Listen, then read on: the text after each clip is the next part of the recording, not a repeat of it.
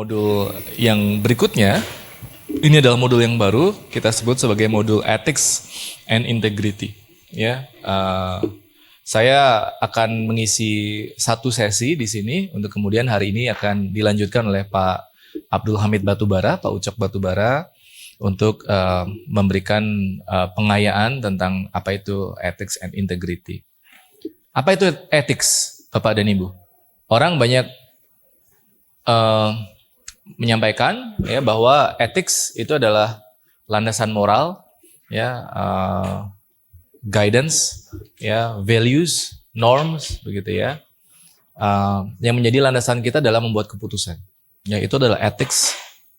Integrity adalah ketika apa yang kita sampaikan, apa yang kita lakukan ini sesuai dengan norma-norma, begitu ya. Jadi ethics and integrity. Nah, topik bahasan ethics and integrity ini semakin menjadi pokok bahasan karena akhir-akhir ini kita melihat banyak sekali ya penyelewengan-penyelewengan yang terjadi ya, baik di sektor publik maupun sektor private, baik di levelnya lokal, nasional ataupun bahkan global. Ya, jadi hari ini di sesi yang awal kita akan belajar bagaimana ethics and integrity akan menjadi foundation. Terutama kita akan ini sebenarnya framework ya, tentang apa yang menjadi pemikiran di sektor ethics dan integrity, terutama di public sector. Apa yang akan kita lakukan di sesi ini ada 4 poin ya. Di sini adalah kita akan membahas tentang apa itu ethics, ya, kemudian legal framework, ya, kemudian ethical decision making and also professional conduct, kemudian compliance and integrity, kemudian conflict and interest, dan juga corruption risk.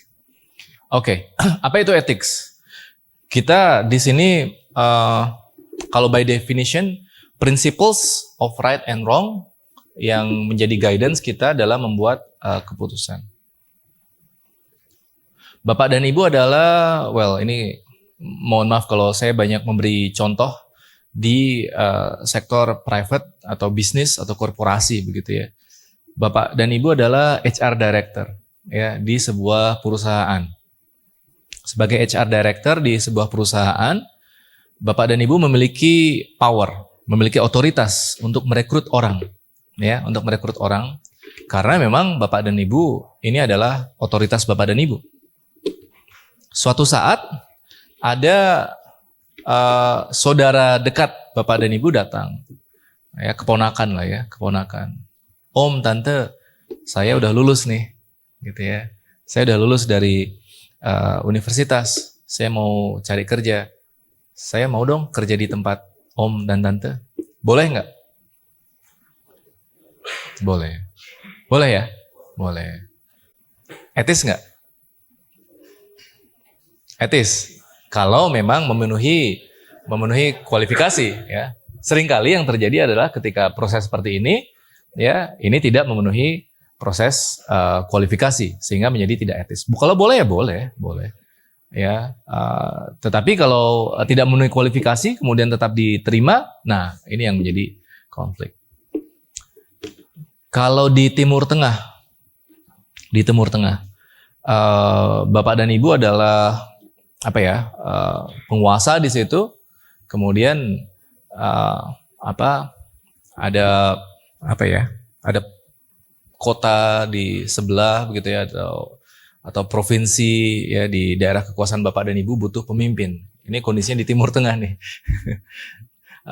Kemudian Bapak dan Ibu mengangkat ya anak, saudara, putri menjadi penguasa di kota tersebut. Ya, boleh nggak? Boleh. Ya, kenapa? Karena ya kalau di Timur Tengah ya semuanya adalah kekerabatan begitu ya, yang menjadi sheikh di sebuah daerah, yang menjadi penguasa di sebuah daerah, ini adalah berdasarkan kekerabatan. Ya, boleh-boleh aja. Tapi kalau di negara demokrasi, boleh nggak? Ya, kalau mengikuti prosedur yang betul ya ini akan boleh. Tetapi menjadi tidak tepat kalau tidak mengikuti prosedur yang betul. Ya, jadi ethics and integrity ini kadang-kadang menjadi hal yang blurry, ya, menjadi hal yang vague. Ya, jadi batasnya tipis. ya, antara benar atau salah. Di tahun sebelum era reformasi, tahun 98, ketika itu masih di Orde Baru, ketika ada Lebaran, Natal, Tahun Baru gitu ya, orang saling tukar menukar parcel. Kalau dulu namanya parcel ya, kalau sekarang berubah hampers. Hampers. Gratifikasi. Kalau dulu umum aja ya, ke bos, ke kolega, begitu kan, ke klien, gitu kan, kirim parcel. Isinya macam-macam, ada buah kaleng, ada kue, ada kadang-kadang ada kunci mobil di situ. Zaman dulu, gitu kan, ada cek, ya parcel. Tapi begitu era reformasi, apalagi ada KPK, mulai kita akhirnya apalagi ASN ya, ketika ada momen-momen Idul Fitri, Lebaran, Natal, Tahun Baru, tukar menukar hampers ya menjadi tidak diperbolehkan, betul ya? Betul. Masih dilakukan nggak? Ya mungkin masih aja, begitu. Nah, boleh sampai level tertentu ya.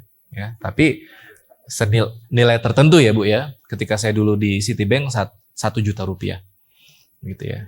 Tetapi hal tersebut menjadi semakin tidak etikal, gitu ya. Padahal hal yang dulu diperbolehkan dan cukup menjadi wajar, tapi sekarang menjadi tidak etikal, ya. Jadi ethics itu juga tadi lain ladang lain belalang, lain tempat lain pula sumurnya, gitu ya. Jadi praktek-praktek etik tadi di negara Timur Tengah, di Indonesia akan menjadi beda. Dulu zamannya Pak Harto boleh, ya, dan mungkin banyak sekali. Tetapi kemudian ditengarai bahwa proses-proses ini adalah proses yang banyak nyerempet, kemudian gratifikasi tadi Pak Dr. Adi sampaikan, gitu ya, sehingga menjadi tidak diperbolehkan.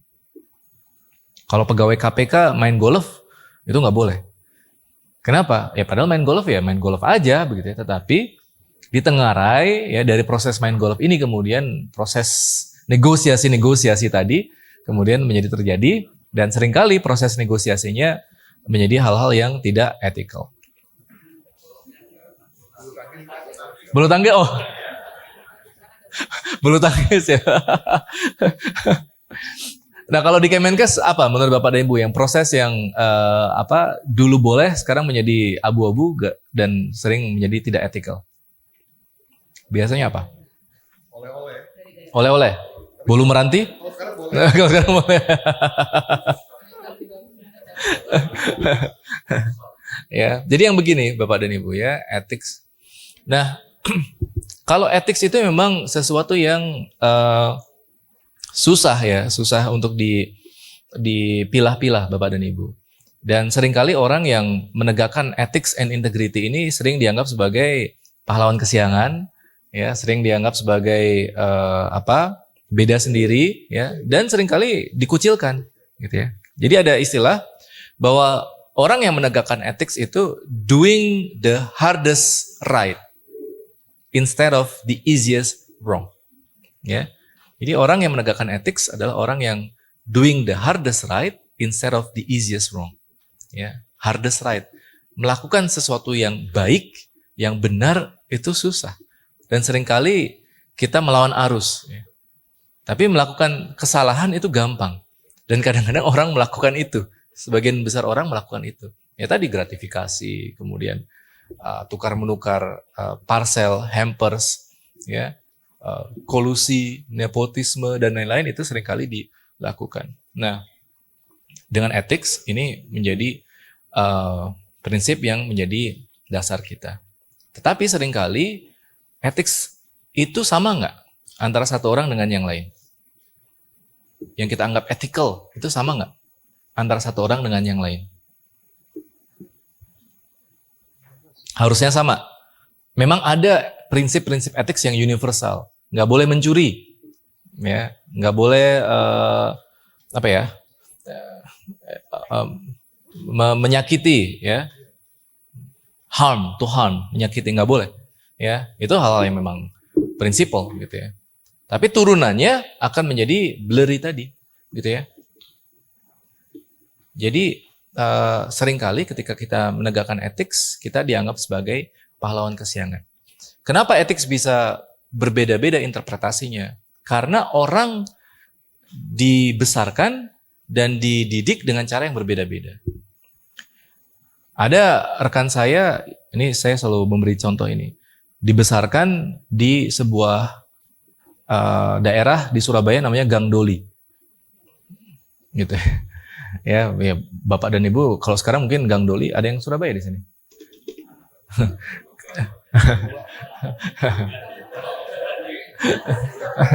Sekarang udah nggak ada ya. Kalau sekarang udah nggak ada. Kalau sekarang udah nggak ada. Ya. Kalau sekarang udah nggak ada dok ya. Kalau sekarang udah nggak ada. Ya. Tapi zaman dulu populer sekali karena dianggap sebagai ya tempat prostitusi terbesar se Asia Tenggara, begitu ya. Sehingga apapun ada di situ, begitu ya. Teman saya ini dibesarkan di daerah Gang Doli, sejak kecil melihat segala bentuk praktek-praktek yang dilakukan di situ, apapun itu, gitu ya, sehingga itu pun membentuk cara pikir dan cara pandangnya. Tapi ada juga rekan lain yang sejak kecil dilahirkan, dibesarkan di pesantren di Jombang, gitu ya. Itu kan penuh pesantren ya. Sehingga pola pikir kedua orang ini berbeda, ya, pola pikir berbeda. Sehingga itu juga mendasari nilai-nilai etikal yang kita bawa sejak lahir. Tapi memang ada proses-proses etik yang kemudian kita bawa ke level yang lebih universal lagi. Ya, jadi ada satu prinsip etik yang nanti kita bahas bahwa ethics is universal. Ya, dalam artian memang ada values ethics yang bisa digeneralisir. Tapi at some point ethics is also specific. Ya, tergantung konteks di mana ethics itu diterapkan. Ya tadi nepotisme. Kalau di Middle East ya mungkin memang wajar dilakukan. Tapi kalau di negara demokrasi sudah nggak wajar. Ya, karena proses demokrasi siapapun itu kalau memang memiliki kompetensi ya memang layak untuk bisa menjadi pemimpin. Ya, jadi prinsip-prinsip ethics meskipun ini menjadi guidance, tetapi seringkali pada praktiknya akan menjadi berbeda. Nah, kalau business ethics atau institutional ethics adalah ketika kita melihat ethics, kemudian kita terapkan dalam mengambil keputusan sehari-hari, ya baik di bisnis ataupun institusi ataupun juga di pemerintahan. Ya, apa saja prinsip-prinsip ethics? Ya banyak. Tadi kita sudah bahas satu, namanya fairness. Ya, fairness ini adalah prinsip bahwa setiap apapun yang kita lakukan harus selalu berlandaskan kepada ya setiap orang berhak mendapatkan apa yang menjadi haknya. Ya, itu adalah fairness. Kalau memang tadi mobilnya besar, mobilnya bagus, mewah, mesinnya besar, ya kenapa harus mengisi bensinnya dengan bensin bersubsidi? Tentu ini tidak menjadi ethical.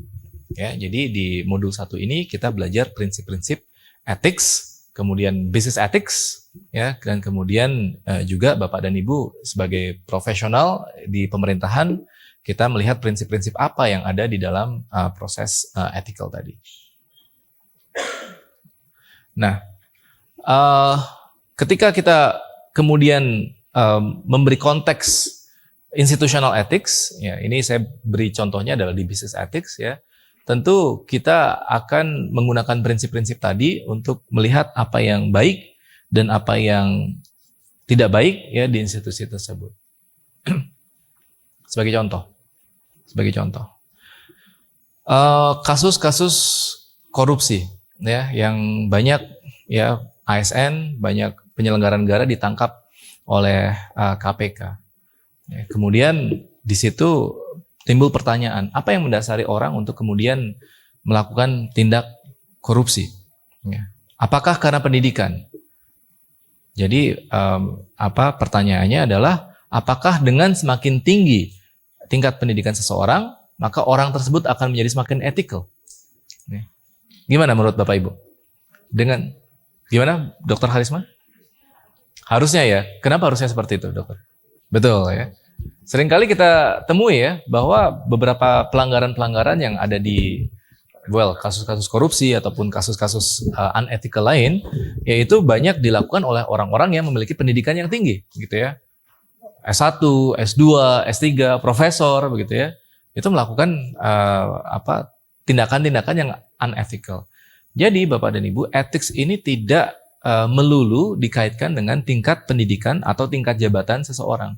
Karena ini dikaitkan dengan values yang kita pandang, ya, dengan values yang kita yakini bersama, gitu ya. Kita lihat ada bahkan tidak dapat juga dikaitkan dengan area di mana si pelaku ini bekerja. Seringkali ya kasus-kasus unethical seperti ini juga dilakukan orang-orang yang bergerak di ranah hukum, gitu ya, memiliki pendidikan yang tinggi, doktor, profesor, gitu ya. Jadi meskipun tinggi ya, tetapi tidak menjamin bahwa orang tersebut memiliki ethics and integrity. Ada contoh dalam dunia bisnis di tahun 2001, 2002 ada dua perusahaan global terkemuka, namanya Enron. Ya, satu namanya Enron, yang kedua namanya Arthur Andersen. Ya, ini cerita klasik yang ada di dunia korporasi. Kalau Enron itu perusahaan energi, ya, jual beli energi. Kemudian dia perusahaan publik, jadi harga sahamnya itu ada di publik. Di mana kalau harga sahamnya ada di publik berarti dia ingin setiap performanya itu selalu baik, karena dia tidak mau harga sahamnya turun. Dan Enron ini selalu mementingkan image yang dia tampilkan ke publik. Jadi kalau harga sahamnya turun sedikit, image-nya akan ternodai, begitu ya. Itu yang menjadi dasar Enron. Nah, suatu saat dia mendapati bahwa situasi perusahaannya sedang dalam kondisi rugi, turun, ya, paniklah dia. Enron ini panik. Kenapa panik? Ya karena kalau misalkan publik tahu bahwa dia sedang rugi, maka harga sahamnya akan turun. Kalau harga sahamnya turun, orang akan berbondong-bondong untuk meninggalkan Enron. Sehingga untuk mengatasi hal tersebut, ya, bekerja samalah dia dengan sebuah perusahaan accounting firm ternama, namanya Arthur Andersen. Ya, Arthur Andersen dan Enron kemudian membuat sebuah laporan keuangan yang kemudian dipublikasikan ke publik, dan di laporan keuangan ini dinyatakan bahwa Enron dalam posisi untung. Padahal sebenarnya rugi. Dikeluarkan, oke, ya, publik tetap percaya. Ketahuan, ya. Jadi Shopee, gitu ya. Ketahuan ternyata, ketahuan dan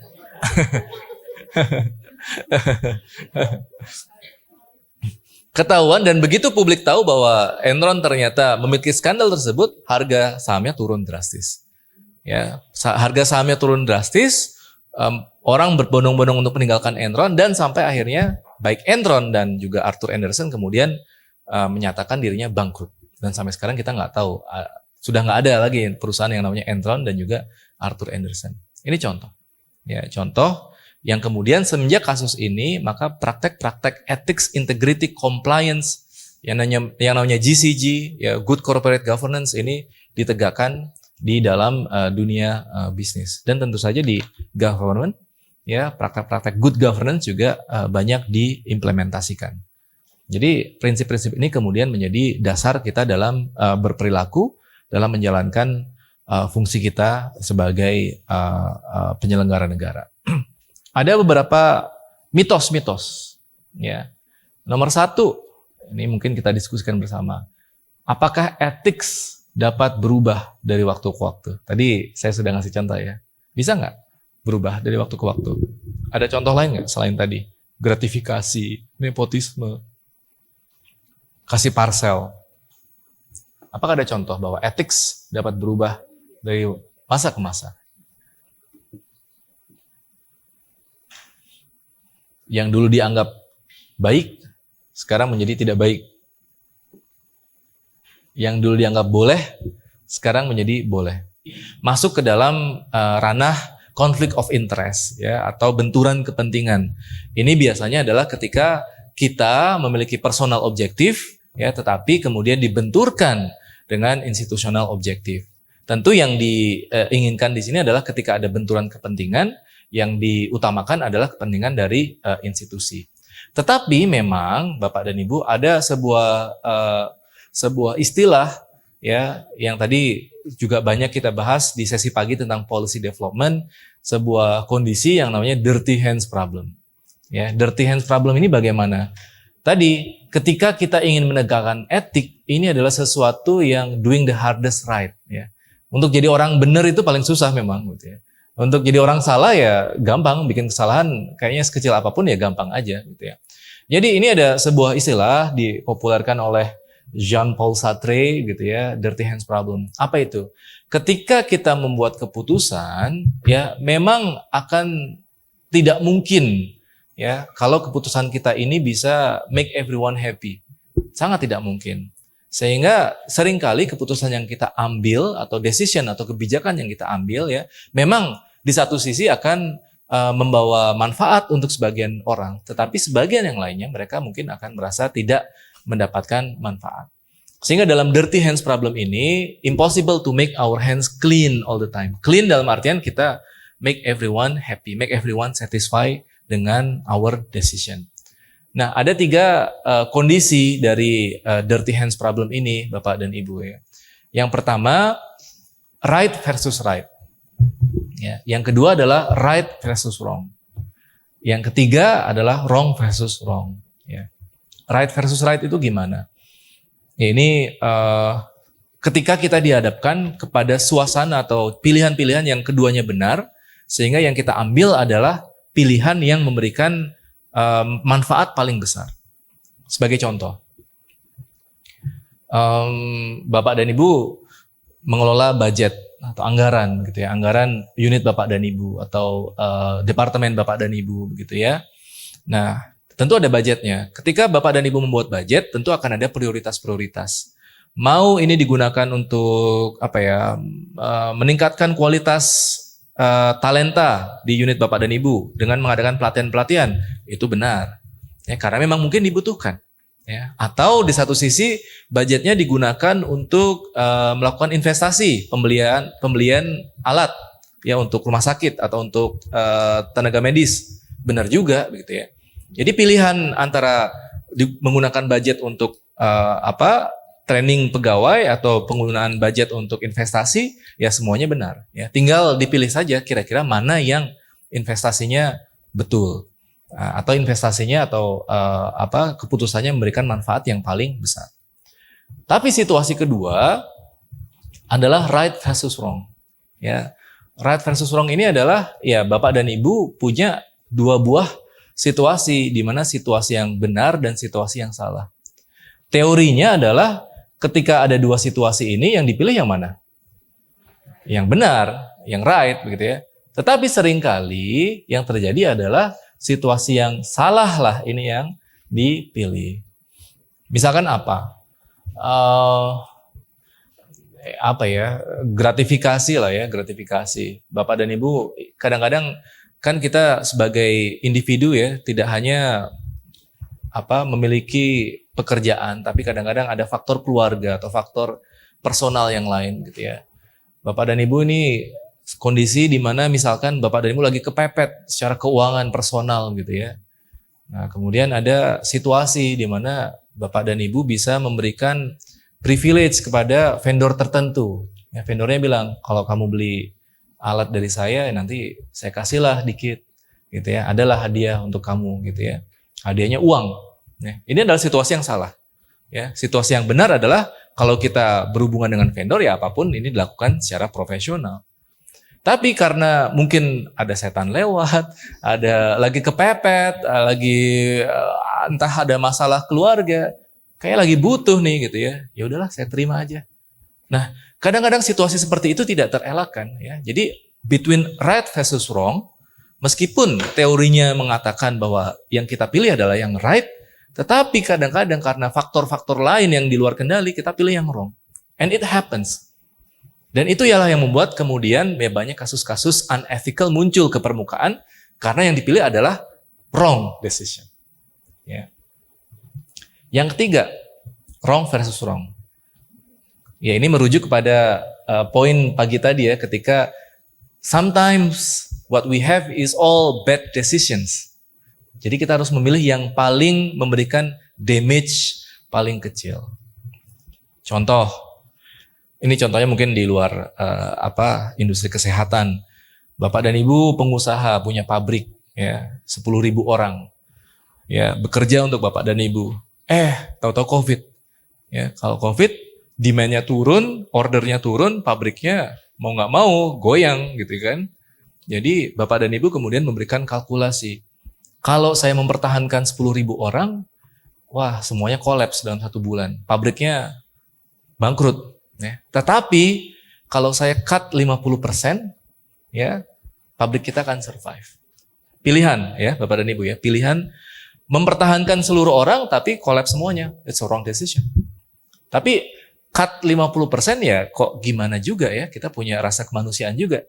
Ya, 5.000 orang akan kehilangan pekerjaan. And it happens. Ya, jadi wrong versus wrong. Jadi Bapak dan Ibu mesti memilih ya di antara pilihan-pilihan tersebut mana yang kira-kira memberikan dampak paling kecil ke institusi kita.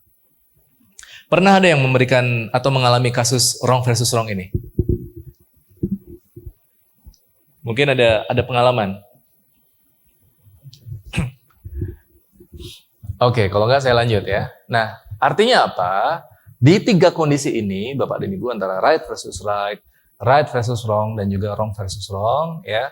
Tentu yang kita underline di sini, yang kita garis bawahi adalah selalu pilih. Ya, kalau di kelas-kelas kayak gini gampang ngomongnya ya. Selalu pilih yang pilihan-pilihan yang benar, ya. Atau kalau wrong versus wrong, ya kalau bisa ya pilih yang damage-nya paling kecil. Ya, dan ini kan namanya juga hidup ya Bapak dan Ibu ya. Dalam kehidupan banyak faktor yang berpengaruh sehingga kondisi-kondisi seperti ini sering terjadi dalam kehidupan kita sehari-hari. Oke, nah ini poin terakhir ya tentang prinsip-prinsip ethics. Tadi kita sudah bahas banyak tentang prinsip-prinsip ethics ini secara sekelibat, tetapi yang bisa kita summarize itu ada di dalam prinsip-prinsip ini. Ya, yang pertama ada namanya ethical relativism. Ya, ethical relativism itu apa? Bahwa meskipun kita memiliki fundamental ethical principles, tetapi yang kita pahami bahwa etik ini benar belum tentu dipahami oleh orang lain secara benar. Ya, semuanya relatif terhadap masing-masing individu. Ya. Tadi orang yang besar lahir di Timur Tengah yang menganggap bahwa nepotisme itu biasa, ya kekuasaan itu diwariskan dari turun ke temurun itu biasa. Tapi orang yang terbiasa besar tumbuh di lingkup negara demokrasi yang menganggap ya bahwa kita berdasarkan prinsip demokrasi yang paling kompeten itu yang paling bisa menjadi pemimpin kita misalkan. Everything is relative. Ya tadi sebelumnya ketika zaman Orde Baru memberi gift parcel itu biasa, itu benar gitu ya. Sekarang kita tahu dan apalagi tadi sudah ditekankan oleh Pak Rudi bahwa itu salah. Jadi ethical itu relatif. Ya itu yang pertama. Yang kedua itu ada yang namanya itu agak salah katanya. Utilitarianism. Ya. Utilitarianisme itu apa? Bahwa masing-masing dari kita adalah makhluk ekonomi. Makhluk ekonomi itu kita punya objektif, kita punya tujuan, kita punya mimpi sendiri, ya. Dan masing-masing dari kita akan berusaha untuk mencapai mimpi, objektif, tujuan kita. Nah, tinggal caranya gimana? Ada orang yang tadi dibesarkan di jalanan, mungkin tadi saya cerita teman saya dibesarkan di Gang Doli, begitu ya. Nah, cara pandangnya pragmatis sekali. I don't really care with right or wrong gitu ya. Yang penting saya bisa mencapai tujuan saya. Utilitarian. Tapi ada orang yang dibesarkan di lingkungan yang tadi pesantren atau mungkin gereja begitu ya, sangat religius begitu ya, nilai-nilai agama masuk sekali begitu ya. Sehingga ketika memaksimalkan fungsi utility tadi ya selalu digunakan cara-cara yang baik gitu. Saya selalu memberi contoh di kelas-kelas mahasiswa saya begitu ya. Ada mahasiswa semuanya pasti ingin memiliki utility yang sama, ingin mendapatkan A. Tapi ada orang yang ketika ingin mendapatkan A, ya dia nyontek, dia plagiarisme, dia pinjam catatan sana sini begitu ya. Dia cheating gitu ya, dapat A juga, ya kalau nggak ketahuan gitu ya. Tapi ada juga yang untuk mendapatkan A, dia belajar gitu ya, dia kerja kelompok. Kalau di kelas-kelas MBA kami aktif bertanya, mengerjakan kasus. Hasil akhirnya apa? A. gitu ya. Sama-sama A tapi prosesnya beda. Ya, yang satu memilih untuk menggunakan cara-cara praktikal, yang satu pakai cara-cara ya kerja keras dan lain-lain.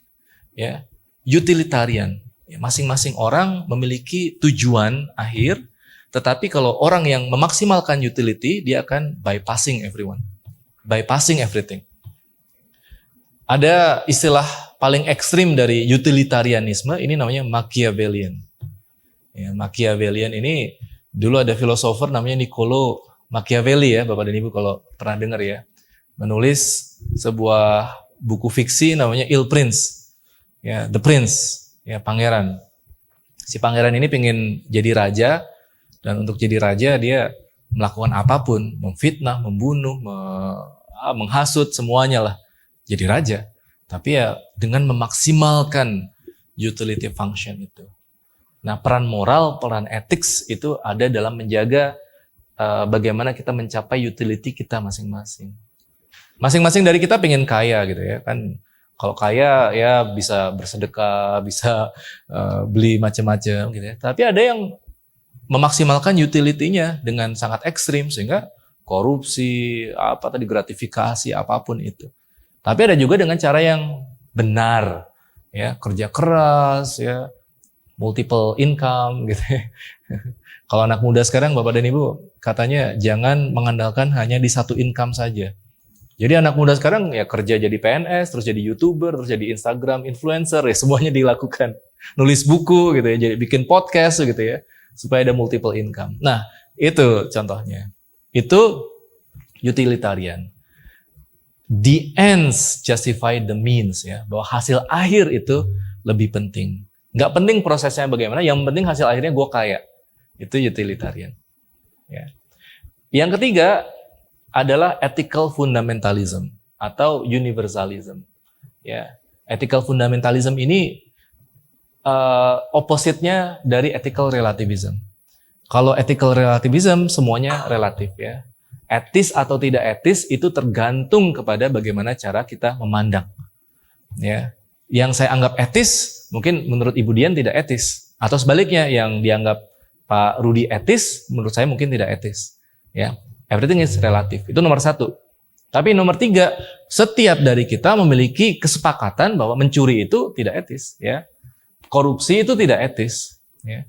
Nah, cuma sekarang kita sepakat bahwa korupsi itu tidak etis. Tapi kemudian ada turunannya, korupsi yang bagaimana gitu ya. Ya kalau sekarang kita kan apapun itu korupsi ya tidak etis gitu ya. Tapi ada yang bilang ya kalau untuk bantu-bantu sedikit ya bolehlah. Nah, itu mulai relatif lagi begitu kan. Tapi nomor tiga itu adalah ethical fundamentalism, bahwa ada sebuah nilai-nilai universal yang memandang bahwa ethics itu sama, serupa, seragam ya. Di masing-masing tempat, di masing-masing waktu. Yang keempat, namanya Kantian Ethics. Kantian Ethics ini asalnya dari filosofer juga, namanya Immanuel Kant. Ya.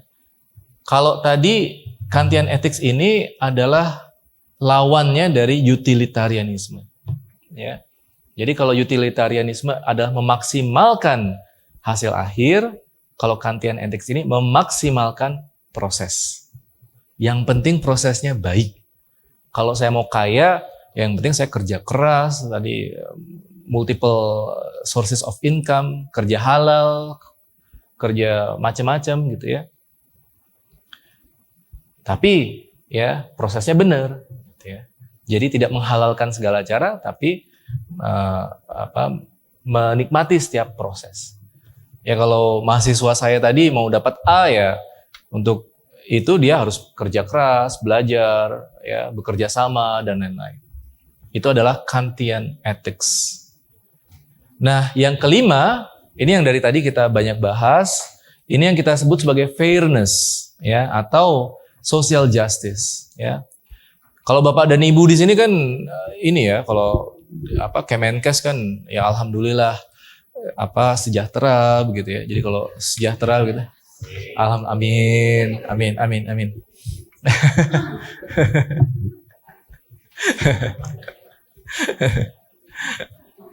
Ya, jadi kalau amin. Kalau sejahtera ya berarti ketika COVID kemarin ya nggak berhak lah dapat social assistance, bantuan dari pemerintah gitu kan, dapat kredit lunak dari pemerintah gitu kan, nggak inilah, bukan golongannya bapak ibu gitu kan. Ya, tapi kalau orang-orang yang memang mengelola UKM ya, pegawainya sedikit, omsetnya masih kecil gitu ya, pemasukannya masih kecil begitu ya, memang layak untuk dapat bantuan pemerintah gitu ya.